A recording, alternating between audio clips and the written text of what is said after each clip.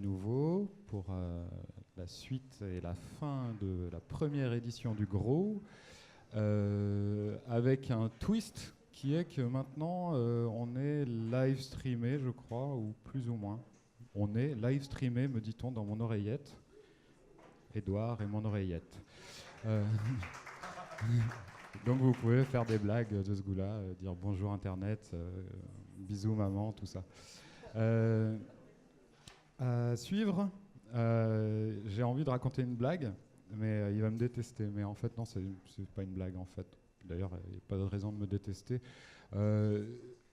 J'ai connu Grégoire en je sais même plus quelle année, tellement que ça fait longtemps. Et par le truchement d'un forum Flash.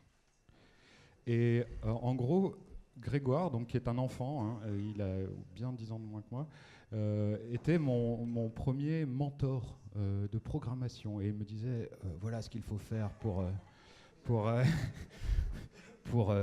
arriver à cet effet que tu veux et tout ça. Et depuis, on a fini par devenir copains. Et je suis très très très content qu'il ait accepté de venir. Et il va vous parler de trucs qui vont vous défoncer le cerveau. Et, et je suis très content que ça se passe comme ça aussi. Des gros bisous. Hein. Merci. À tout de suite. Ça va, la barre n'est pas placée trop haute. Non, c'est cool. Pas d'attente et tout. Bonjour.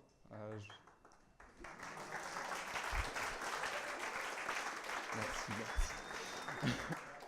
Donc je m'appelle Grégoire Divaret-Chauveau. Je suis développeur et depuis l'année dernière, j'ai repris des études de maths à la fac. Donc du coup, Nico, il m'a dit tu sais faire des maths, tu sais faire du code, tu vas nous faire une présentation, ça va s'appeler des maths au code. Je ne sais pas du tout ce qu'il voulait dire par là, mais je vais essayer. Les maths et le code, c'est des choses que j'aime bien depuis longtemps, mais dans mon parcours, j'ai commencé par faire des études d'art en fait. Je ne sais pas si c'était une erreur de parcours, un truc comme ça. Et du coup, une des habitudes que j'avais prises là-bas, c'était d'avoir des carnets de croquis où en permanence on s'entraîne, on se prépare pour un projet sur un carnet et tout. Et du coup, c'est une habitude que j'ai gardée en passant au code, et j'ai un carnet de croquis en ligne où j'ai des expériments comme ça que je fais depuis à peu près 2012, que j'accumule au fur et à mesure. C'est pas du tout un truc du style tous les jours je dois en sortir un, ça doit être organisé comme ça. Plutôt que de me fixer des règles, je me suis plutôt donné des autorisations. C'est un truc qu'on fait pas trop en général quand on fait des trucs un peu artistiques. On va plutôt se dire je me mets des contraintes, je fais ça comme ça avec tel outil ou quoi que ce soit. Là c'est plutôt le contraire, je me suis dit je fais une page où je peux mettre des trucs qui sont pas forcément top qualité, qui sont pas forcément je peux m'autoriser à poster 5 fois de suite le même truc avec juste un paramètre qui change ou des choses comme ça. Et voilà, c'est niveau créativité. C'est une approche qui marche bien pour moi. Donc voilà, c'était l'exemple de trucs où typiquement je fais varier un ou deux paramètres à la con. Voilà. Et au fur et à mesure, ça donne des trucs, des petites variations.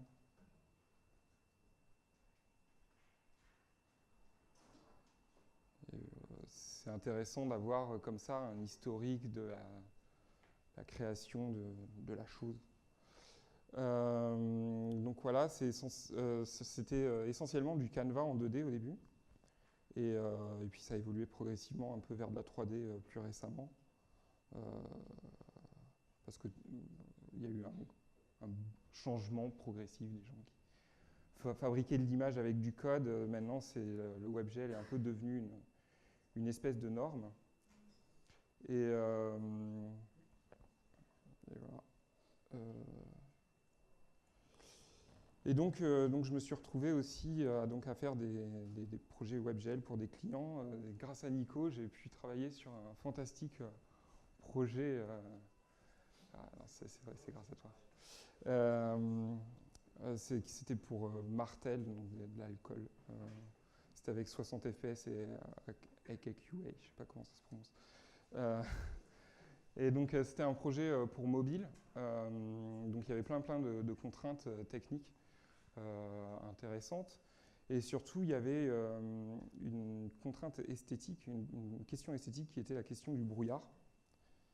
Et donc j'ai dû trouver comment faire un brouillard qui avait un rendu, donc ouais, je sais pas si ça rend bien sur ce gros écran, mais, un peu progressif, un peu brumeux dans le bas et tout. Et, bon, moi, j'ai pas trop cherché comment le faire en fait, parce que j'ai vu qu'il y avait un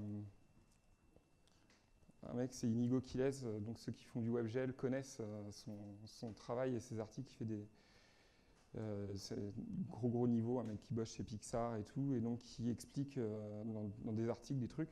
Et donc je savais qu'il avait fait cet article sur le brouillard, et je me suis dit bon bah je vais aller reprendre son code et tout. Je suis pas allé dans l'idée de reprendre son code, mais d'essayer de comprendre le truc. Et j'ai eu une frustration un peu de me retrouver face à des formules. Donc je comprenais la logique qui amenait à ces formules-là, mais je me retrouvais dans l'incapacité de les calculer moi-même, d'en faire quelque chose et tout. Et donc je me rendais bien compte qu'il y avait vraiment deux types de développeurs WebGL, quoi. Ceux qui se sont mis un peu sur le tas, qui ont appris il y a un peu d'écoles d'art ou comme ça, et puis ceux qui ont fait des maths, quoi, qui font pas la même chose. Et c'est un peu frustrant d'avoir la sensation d'avoir des gens qui écrivent le code à votre place. Donc c'est peut-être une des motivations qui m'ont amené à reprendre des études de maths par la suite. Et puis une autre chose aussi, c'est que par rapport à ce brouillard-là, j'étais aussi assez frustré avec Three.js, qui propose du brouillard de base. Il en propose 2 versions. Et je me suis dit, bah cool, je vais en faire une 3e, je vais le plugger dans le truc, et puis voilà. En fait, ça marche pas comme ça. Pour rajouter un effet de brouillard dans Three.js, on ne peut pas lui donner le même statut que ceux qui sont là de base. L'architecture du moteur ne le permet pas. Et donc, plutôt que de râler dans mon coin en me disant c'est quoi ce moteur de merde là, qui ne permet pas de faire ce qu'on veut, et de râler sur Twitter, je me suis dit bah, je vais essayer de faire le mien et de voir comment ça marche, comment je peux réussir à faire ça. Et puis bon, ça a abouti à un moteur qui est pas terrible. J'ai pas réussi à faire ce que je voulais, mais c'était quand même très intéressant dans la démarche.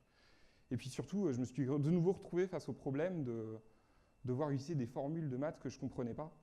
En particulier, concernant les rotations dans l'espace. C'est un truc qui est hyper important dans les moteurs 3D. C'est un peu le but de la 3D. La différence entre la 2D et la 3D, c'est qu'on peut tourner autour des choses. Donc c'est vraiment le cœur du truc. Et puis, donc voilà, ce problème de me retrouver face à des murs de code. Quand j'allais voir dans les autres moteurs comment c'était fait, ben, je voyais du code qu'il faut le décrypter, quoi. C'est pas très cool.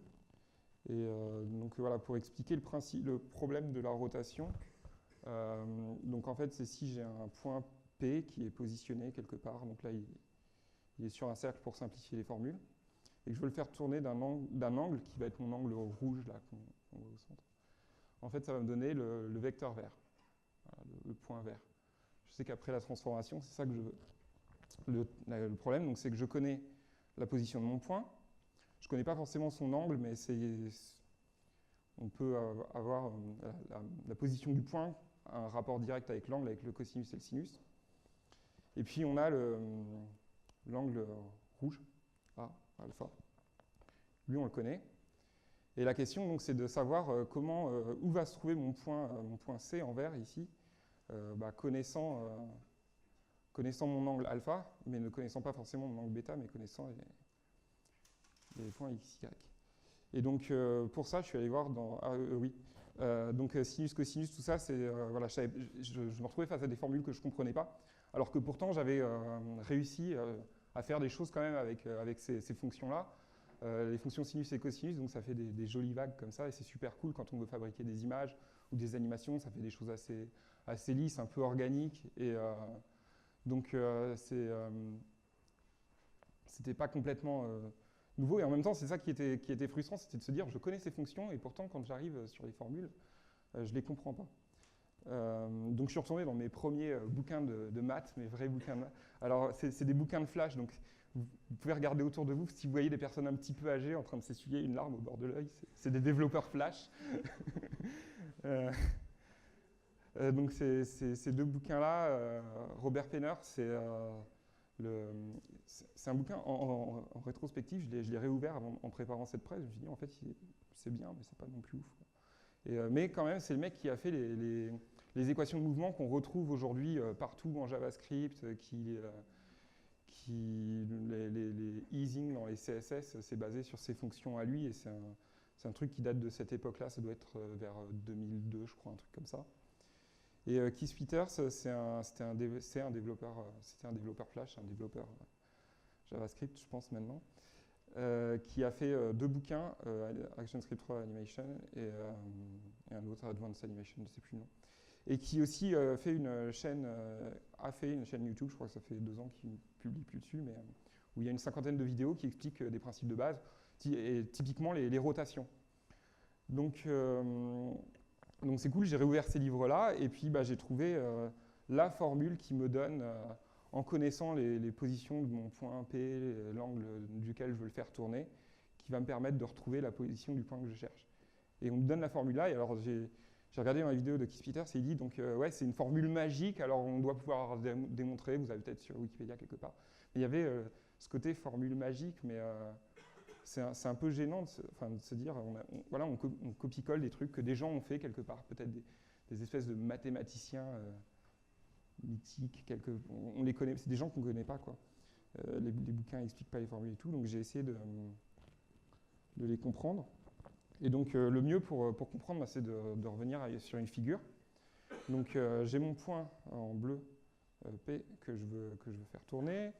J'ai mon point rouge qui en fait me sert de... donc c'est celui qui est donné par l'angle de rotation qui m'intéresse.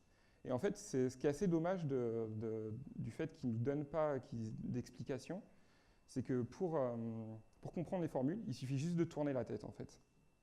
Donc avant de tourner la tête, on rajoute un petit vecteur perpendiculaire à A, donc le même avec d'autres coordonnées, moins sinus, cosinus, c'est juste perpendiculaire. Donc on tourne la tête de façon à ce que notre vecteur rouge et son perpendiculaire se retrouvent dans la situation dans laquelle on était au départ finalement.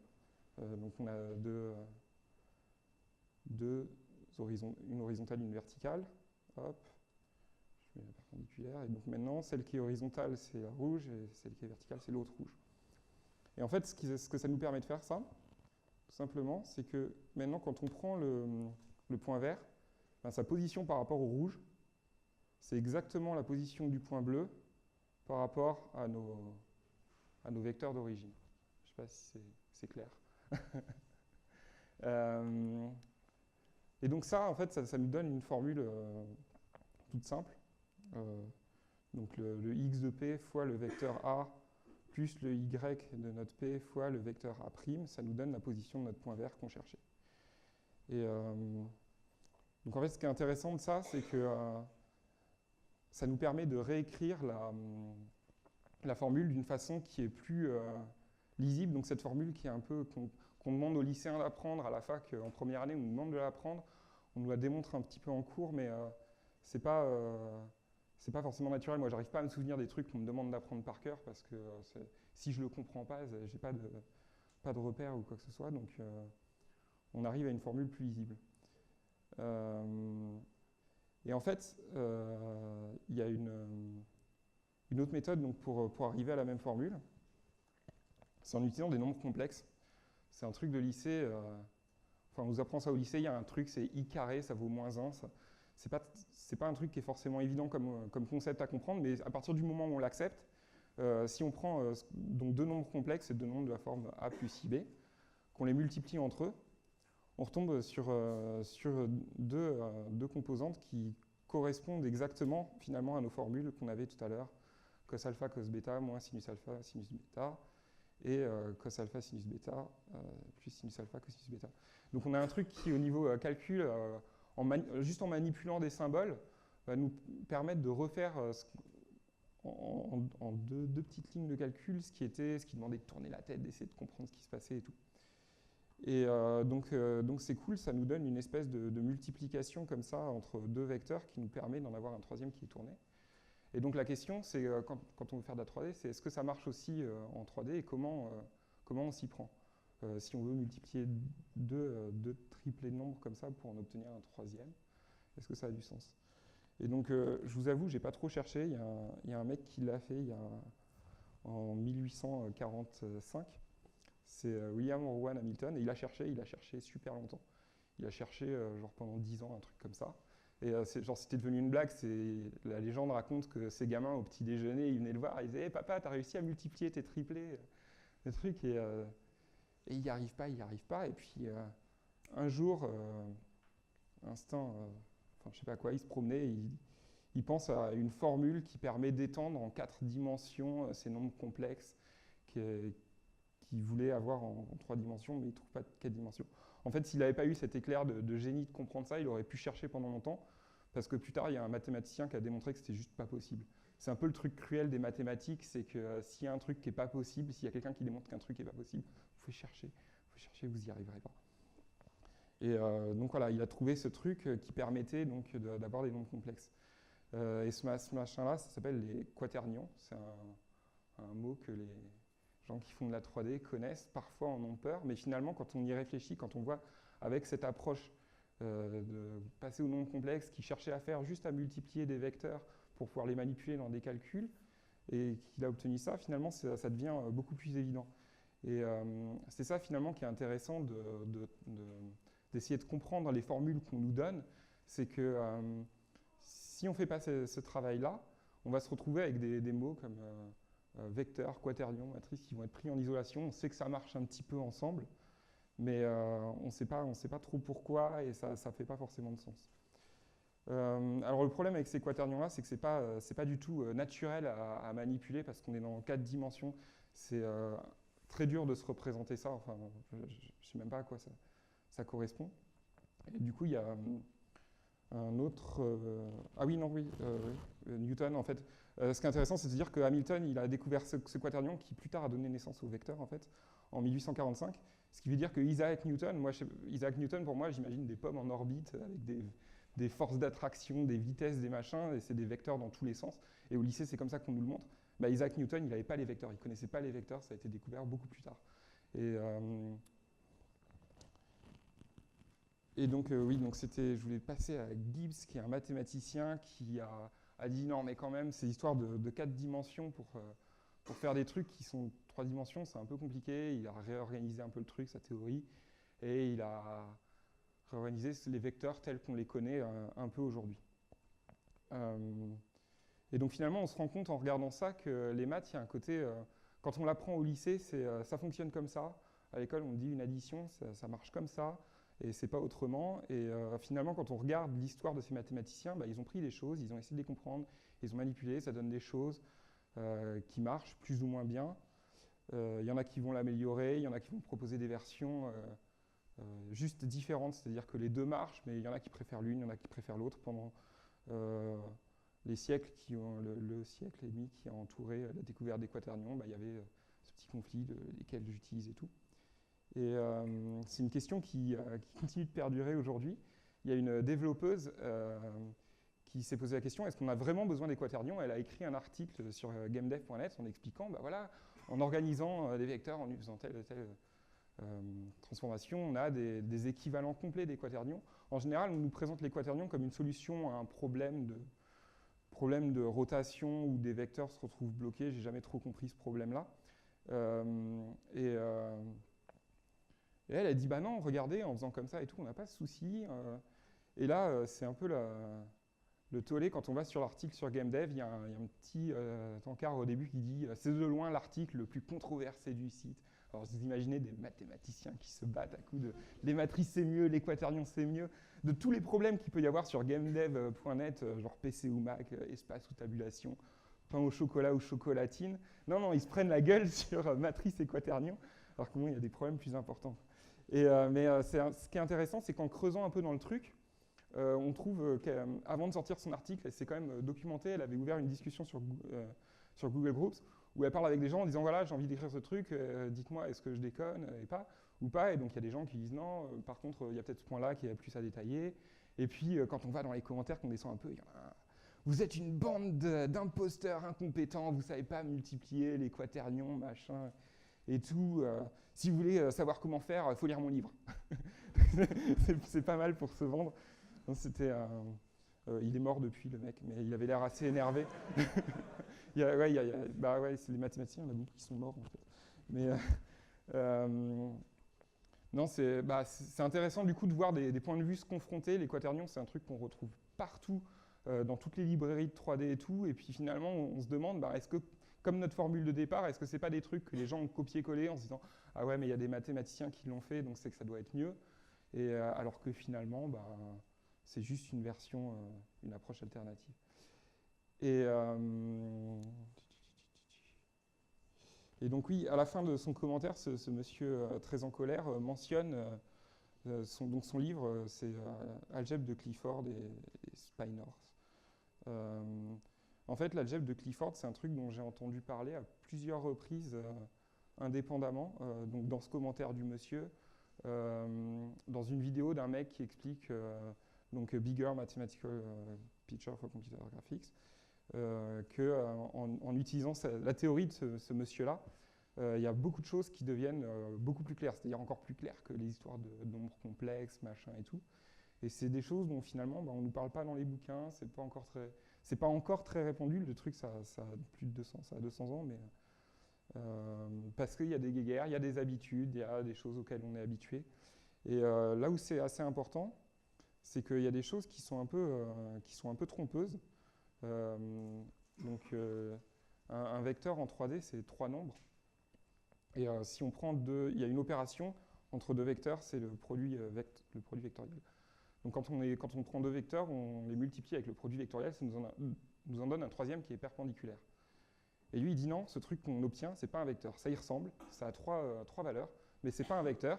Et d'ailleurs, on s'en rend compte, c'est un truc que j'ai découvert en faisant mon moteur au moment où je me suis attaqué au normal mapping, donc pour avoir un peu de relief sur les objets, on est obligé de manipuler les normales, donc des vecteurs qui sont perpendiculaires.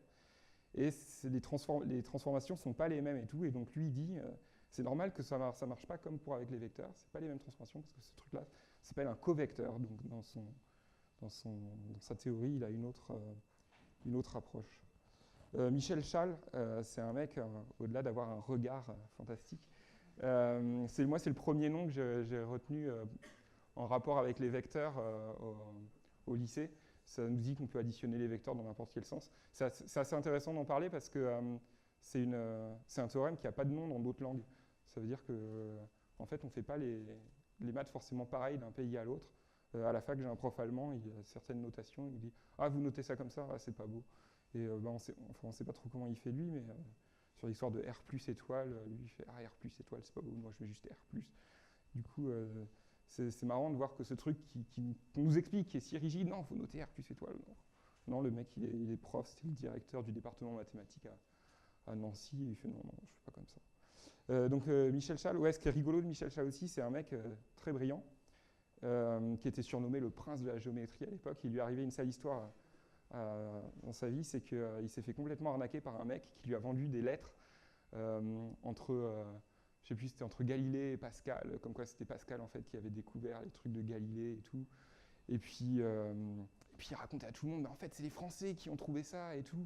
J'ai des lettres, regardez, le mec il fourguait régulièrement des documents historiques.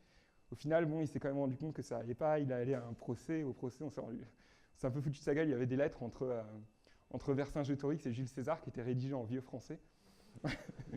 Et donc voilà, c'est marrant de voir des anecdotes sur ces mathématiciens qui sont là, où c'est juste des noms de théorèmes. Non, en fait, derrière, il y a des gens, il leur arrive des trucs, ils sont brillants, ils le sont moins, pas à différents moments de leur vie. Sur Hamilton, par exemple, qui a mis 10 ans à chercher son truc qu'il ne pouvait pas trouver. S'il a mis 10 ans à chercher, c'est pas qu'il était con. Le mec, à 13 ans, il parlait 15 langues. Il a été nommé professeur et Royal Astronomer avant même d'être diplômé de son doctorat, donc c'était un mec vraiment brillant, mais pour autant, voilà, il y a des choses, c'est comme ça. Et le dernier nom sur les vecteurs, c'est Giuseppe Peano, qui a donné une autre définition, donc qui a fini de formaliser des trucs sur les vecteurs. Moi, la définition qu'on m'en avait donnée au lycée, c'était un vecteur, c'est une direction, un sens et une magnitude. Et lui, il dit un vecteur, c'est un élément d'un espace vectoriel. Donc après, il faut définir ce que c'est qu'un espace vectoriel. C'est un ensemble où il y a une loi interne qui est comme l'addition entre les trucs, et une loi externe qui est comme un produit. Et ce qui est intéressant de cette définition, c'est qu'elle est très abstraite finalement. Il n'y a plus de triplé de nombres comme on a en 3D et tout. C'est juste des... tant que ça valide ça, on va dire c'est un vecteur. Et donc il y a des choses comme finalement les fonctions sinus et cosinus, on peut dire c'est des vecteurs de base dans un espace vectoriel qui permettent de fabriquer des fonctions dont la dérivée seconde est égale à l'opposé de la fonction originale. Et voilà, et donc ça vérifie bien les propriétés. Ça permet aussi de voir que les polynômes, donc les trucs de la forme ax carré plus bx plus c, mais avec des puissances autant qu'on veut, ça peut aussi être pris comme des vecteurs. Et ça permet par exemple de réécrire, ça là-haut c'est la formule pour une courbe de Bézier, donc on utilise un peu partout en graphisme, en tout et tout. Et donc il y a une écriture sous forme vecteur et matrice qui est intéressante donc pour les développeurs. Et donc c'est une écriture qui est possible parce qu'on sait qu'on peut appeler des choses qu'on n'appelait pas vecteurs, mais en fait on peut les appeler vecteurs, on peut leur appliquer les mêmes propriétés, et du coup on peut en arriver à des trucs. Et donc ça, alors c'est un truc dont j'avais jamais entendu parler après le lycée, c'est développement limité, c'est d'autres définitions de fonctions, c'est pas des approximations, c'est si on additionne à l'infini des polynômes, on va pouvoir obtenir des fonctions comme les sinus et les cosinus. Et la seule raison pour laquelle j'en parle, c'est que je trouve ça joli en fait, quand on regarde les différentes étapes. Donc plus on ajoute de termes, et plus on va avoir une fonction qui est proche de sinus, donc de cosinus. Et le premier, c'est juste une droite à 1. Le deuxième, c'est une parabole. Et puis, au fur et à mesure, on obtient des fonctions avec des formes de plus en plus tarabiscotées, comme ça, et qui nous donnent de plus en plus de précision. Et je trouve ça intéressant de voir les différentes... à la base, j'avais juste voulu visualiser ce que ça pouvait donner avec cette addition de fonctions. Et je trouve qu'il y a des courbes qui ont de la gueule, quoi.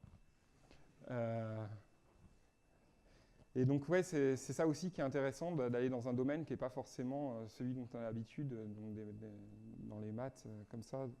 Ces développements limités qui n'ont pas trop d'utilité en 3D, à ma connaissance.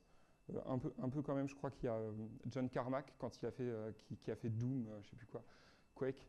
Dans le moteur de Quake, il avait une fonction qui était très rapide pour calculer l'inverse de racine carrée. En fait, c'est basé sur des formules comme ça, qu'il avait un peu traficotées. Et voilà, donc ça peut être utile, mais sinon, pas trop. Mais en allant vers ça, on peut découvrir des formes auxquelles on n'est pas forcément habitué.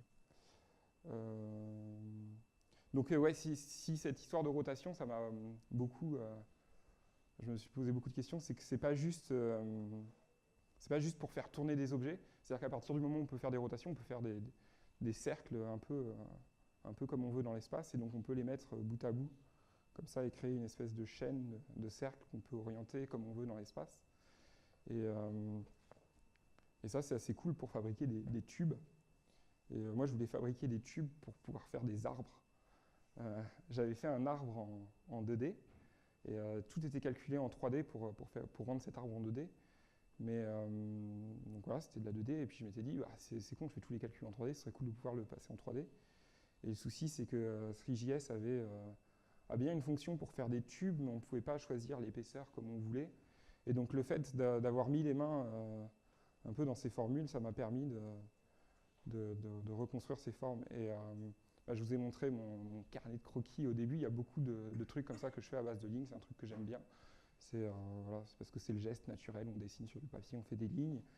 Et du coup, bah là, voilà, avec la possibilité de faire des lignes en 3D, je me suis mis à faire plus de lignes en 3D. Voilà. Et puis à décliner aussi, donc toujours le même truc, on change 2-3 paramètres, on met une symétrie, et puis pouf, ça fait un truc nouveau. Par rapport entre les deux versions, elles sont assez... en gros, c'est le même algo qui est derrière, mais Mais je sais pas, il y a un truc dans le mouvement de l'une, il y a un truc qui est sympa, et dans le fait que l'autre soit fixe, il y a aussi un autre truc un peu chouette que je trouve qui donne une espèce de présence à l'objet. Il y a un côté un peu sculpture.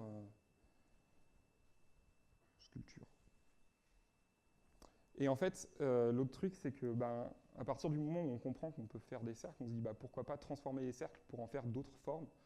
Et ça, en fait, c'est le même principe que les lignes, mais juste au lieu de faire des cercles, je fais d'autres formes. Voilà.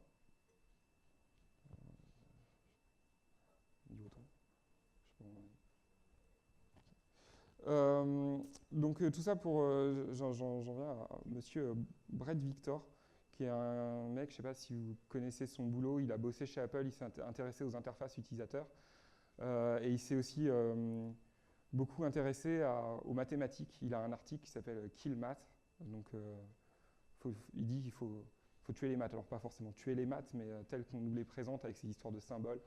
Il introduit l'article en disant que les maths ne devraient pas être réservées aux gens qui savent jongler avec les symboles, un peu comme ce que j'ai fait au début, en faisant bouger mes sinus cosinus pour écrire mes formules et les comprendre. Il y a des trucs qui sont bien de ressentir, et voilà. Et finalement, on comprend que les maths, finalement, c'est qu'une question de design. C'est un outil. Il y a une partie, donc lui, il utilise cette image du marteau où il y a une partie qui est faite pour la main, une partie qui est faite pour le problème. Et les mathématiques, c'est ça, il y a une partie qui est faite pour la main, qui va être les formules qu'on utilise et nos symboles. Voilà. Et l'autre partie qui est faite pour le problème. En fait, finalement, les maths, c'est un peu un double marteau, parce qu'il y a aussi un côté...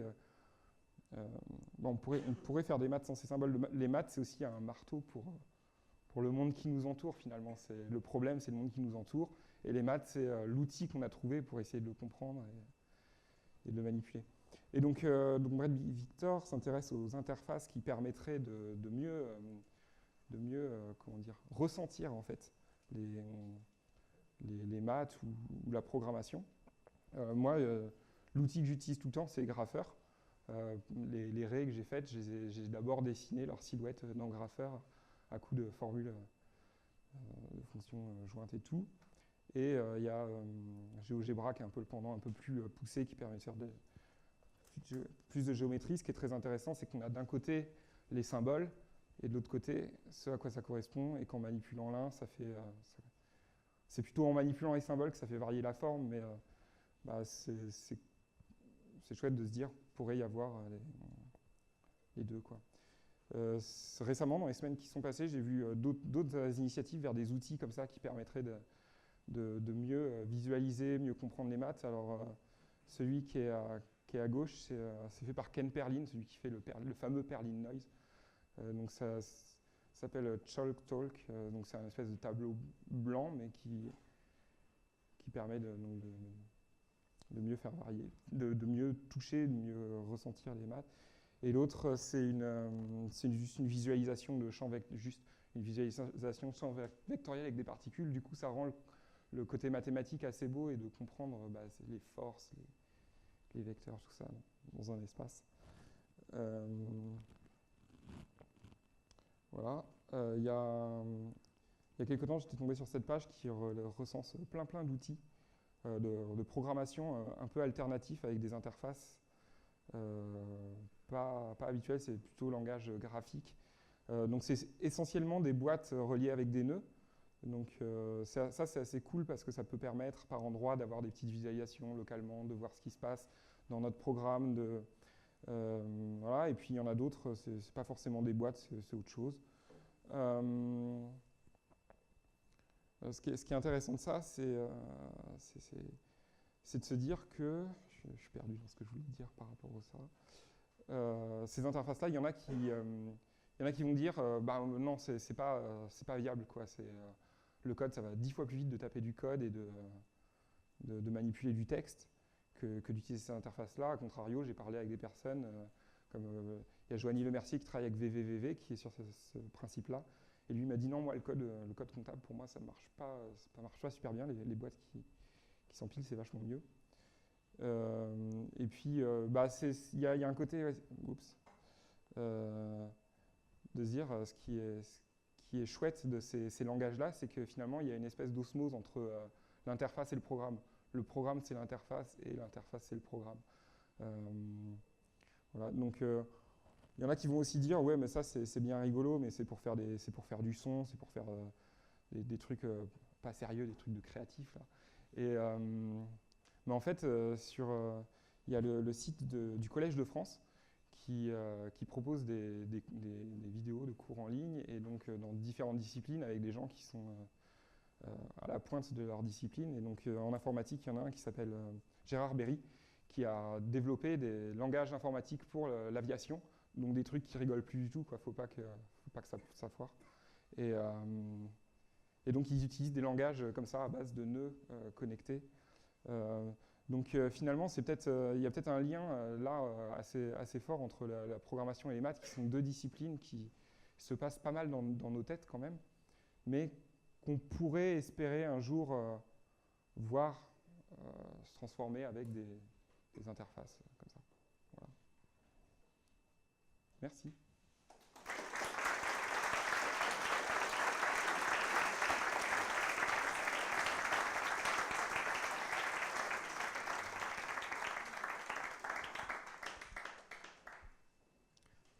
Merci. Est-ce que ça a des questions? Non. Une question. Alors, je vais t'amener le micro de manière à ce qu'il puisse... C'est un piège.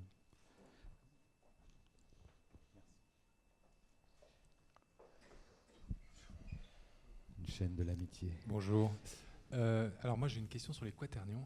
Ah. Un jour un vrai mathématicien, enfin quelqu'un qui connaît les maths m'a dit on utilise les quaternions parce que c'est vachement plus rapide que toutes les autres techniques pour faire des rotations. Tu as un avis là-dessus ou Oui. Donc dans la discussion de Diana Gruber avec tous ces assaillants sur Internet, c'est effectivement une problématique qui revient. Et effectivement, c'est vrai, un quaternion, c'est 4 valeurs. Du coup, pour en multiplier 2 entre eux, ça va assez vite. Le truc, en fait, c'est que quand on veut passer ces transformations, quand on veut les faire marcher avec les autres, les matrices, ou les envoyer chez l'air, on est obligé de les retransformer en matrices. Donc c'est plus rapide, mais de toute façon, on est quand même obligé de repasser dans un autre format, en fait. Donc voilà, il y a des gens qui disent c'est plus rapide. En fait, je crois qu'un des arguments, c'était c'est plus stable numérique, c'est plus stable. Parce que les ordinateurs, contrairement aux maths, il n'y a pas de continuité dans les nombres. C'est discret, c'est-à-dire qu'il n'y a pas toutes les valeurs. Et du coup, des fois, il y a des erreurs d'arrondi. Et ça peut conduire les objets comme les matrices et les quaternions à dégénérer en quelque sorte et à ne plus correspondre à la transformation qui devrait y avoir. Et en fait, les quaternions sont beaucoup plus simples à stabiliser, c'est-à-dire que de temps en temps, on normalise le truc, et on sait que c'est bon, on aura toujours une rotation avec un angle, alors qu'une matrice, on ne peut pas faire ça simplement. On se retrouve avec un truc qui marche, oui. Mais bon, après, moi, j'ai jamais vu ce problème-là de mes propres yeux. Voilà.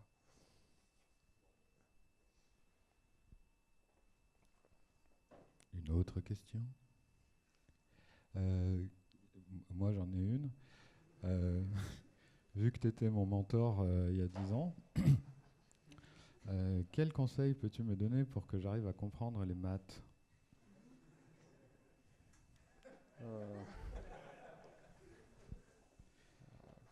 Faut en faire. C'est vrai que c'est un truc qui n'est pas évident. Moi, je me suis poussé, je suis retourné à la fac. Ça m'a pris l'année dernière à plein temps. Bon, cette année, il faut quand même que je gagne de l'argent. Donc, je travaille un peu à côté et c'est un peu plus dur à suivre. Mais c'est vrai que c'est comme tout finalement. En fait, en regardant donc, cette histoire des maths, comment les gars ils construisent, ouais, on se rend compte que c'est du design. Mais voilà, c'est comme tout le reste. C'est juste fabriqué comme tout le reste. Donc ça se comprend comme tout le reste. Si tu veux dire comment je fais pour m'améliorer en musique, je sais pas, enfin, ça paraît évident que faut en faire quoi.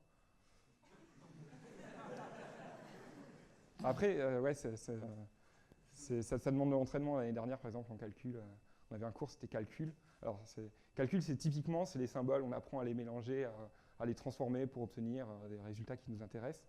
Et donc, c'est rigolo parce qu'on a des enseignants référents avec qui on a des rendez-vous régulièrement. Et la prof avec qui j'avais rendez-vous, elle fait « Ah ouais, mais non, mais ça, c'est pas des maths. » c'est autre chose, quoi. C'est juste l'écriture, c'est comme dire que la programmation, c'est juste du code. Le calcul, voilà. Et donc en cours de calcul, le prof nous avait dit si vous voulez savoir faire des intégrales, il faut en faire 200. Si vous voulez savoir faire des dérivés, il faut en faire 300. Et donc on a fait nos 200 dérivés, nos 300 intégrales. de son dérivé, de son intégral. Voilà. Et non, il n'y a pas trop de mystère. Après, il y a des bouquins qui expliquent bien les choses. Voilà. Oui.